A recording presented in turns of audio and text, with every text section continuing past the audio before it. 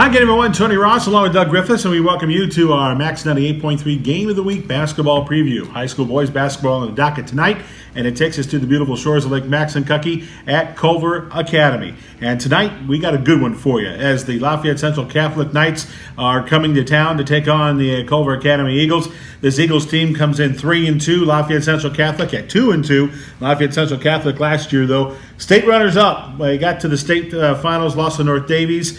They lost a couple of key players from last year's team, but they just kind of reloaded, and they got three good players, including the Swartz kid, who's going to be a handful tonight inside. No doubt, Tony, and these three players are all averaging in double figures. It's a Lafayette Central Catholic program, very tradition-rich, like you said, state runner-up.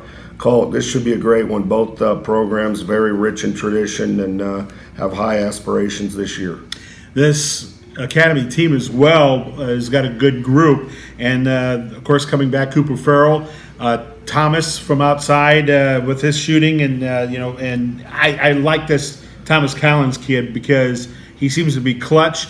He's even keel, and when the Academy needs the big shot from outside, he's dead on. Yeah, and he can really knock it down. He's hitting over 50% of his shots from the floor, as is Farrell.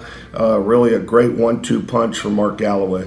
Defense, though, could be the name of the game, and not quite sure where that's going to favor per se, but I kind of am leaning toward the Eagles on this one. They got a little defensive, I call him a jitterbug, in Darius Holland, and this kid, he may not be putting up offensive numbers this year for Coach Galloway because he's got four others that can do it.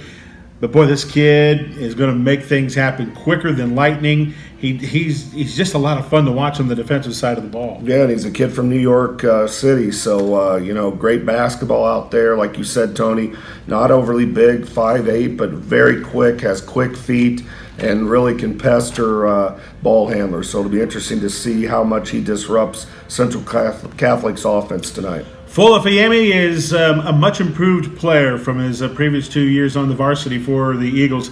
This kid is very confident. He's around 6'4", 6'5", and right now he is asking for the basketball, which has been a great thing so far in the first four games for the Eagles, who, by the way, very easily could be 4-0 going into this one instead of, or 5-0 going into this one instead of 3-2, and that's just a matter of a couple of defensive stops, a couple of offensive makes that were misses.